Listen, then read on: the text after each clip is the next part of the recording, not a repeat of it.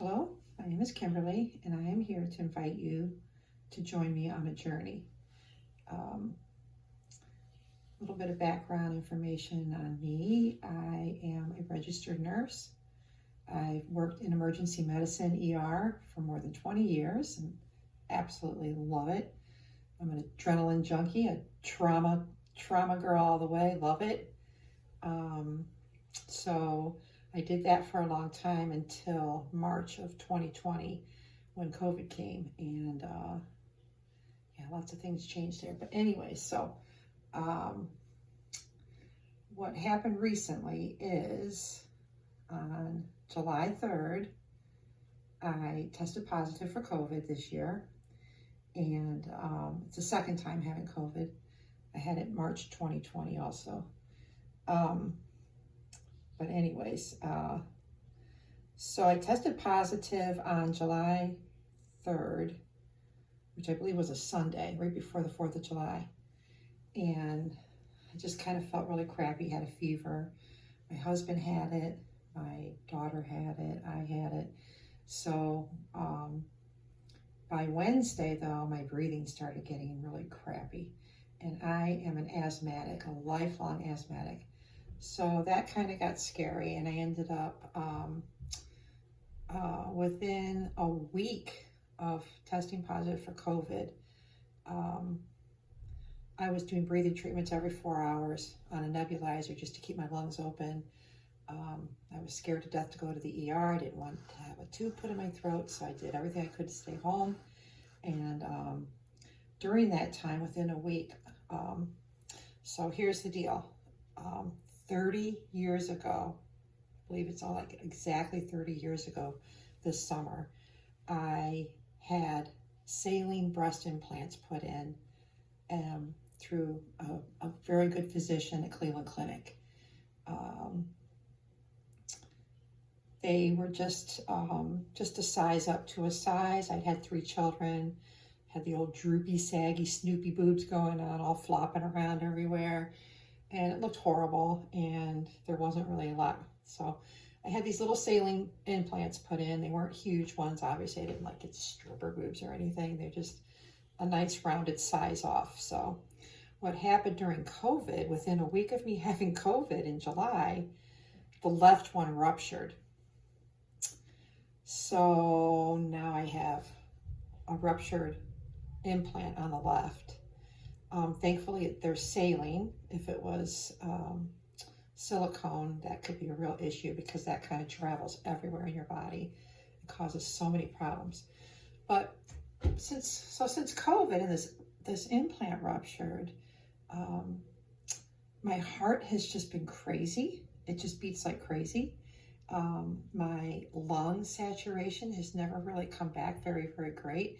It took a really long time to get my lungs back in shape, and I feel like they never did come back completely.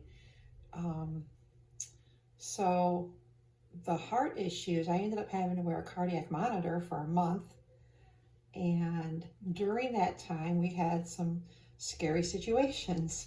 At one point I did go into ventricular tachycardia. I won't go into detail on that, but that's a rhythm that you never want to go into. I was alerted by the people monitoring me. It turned into a big deal. I had to go to the ER. So long story short, I've been to the ER multiple times since July 3rd over this heart issue. I had stress tests done, and at that time I went into AFib with RVR before I even got on the treadmill. So that we ended up finishing the testing, and I did okay on the testing. And I had an echo done, and I was told not to sleep on my left side. My heart was just going crazy. And this is all since that COVID. I mean, I feel like the virus really did this to my heart because I've never had any heart problems before in my life. So I did have a cardiac catheterization done also right at the beginning of December, I believe it was. And that was negative for any plaque or anything going on or any blockages, which I'm very thankful for.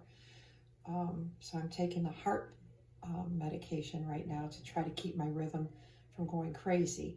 And then now just recently, on December 21st, I was hospitalized for 10 days with the most severe asthma attack ever. Oh my gosh, it was horrible, horrible, horrible.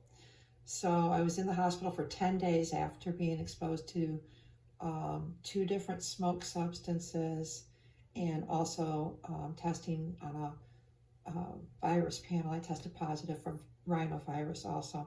And that third thing just did me in. I could not breathe. My lungs were horrible. They were just horrible. So it is 2 weeks today since I've been home from the hospital. 2 weeks. I've been coming off of the steroid, high doses of steroid.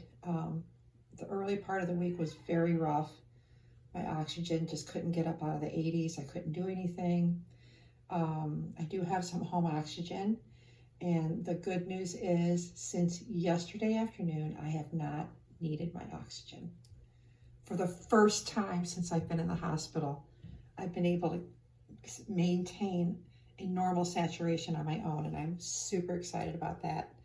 So I was starting to feel like it wasn't going to go away, and it's finally 2 weeks to the day. It's finally starting to go away. Now, because of these steroids, they don't tell you when you're coming down off of them how crappy they make you feel. I feel like my whole body is just vibrating. I'm shaking.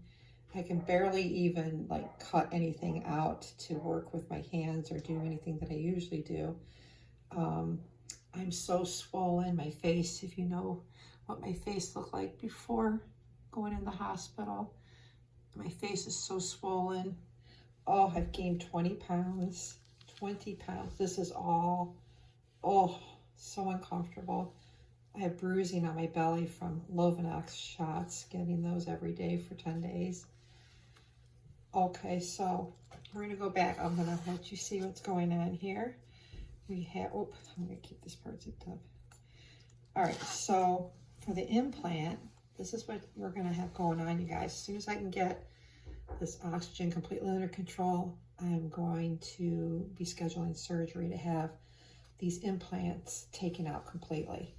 So this is the deal. What it is you can tell on the top. So you can see this is higher over here. This one's intact. This implant is still in here. This one's flat. See that? It's flat. If I put my fingers on it, you can really tell. See that? This is flat right here. This kind of has a shape to it. Pancake, rounded. So the problem is there's still a capsule in there on the one that ruptured. And I want that out, and I want this one out. And I'm not going to have any put back in. And if you have implants, get them out. You don't need them. Just take them out. They just, really don't need them. So I'm going to get the implants taken out, and I'm just going to have the tissue lifted, and so it's not all hanging around everywhere. And I'm going to let you join me on this journey while I do this. So next step is getting these lungs cleared up, and I'm getting there. And then I can schedule surgery, and I'll let you know how that goes. I've already got the doctor. I've already met him. I've already gone for a consultation with him. We've done the whole evaluation and discussed everything already. I just need to get better so I can have it done. So I will join you later, and thank you. And I hope if you have implants, you reconsider having them taken out. They're not good for you. Thank you.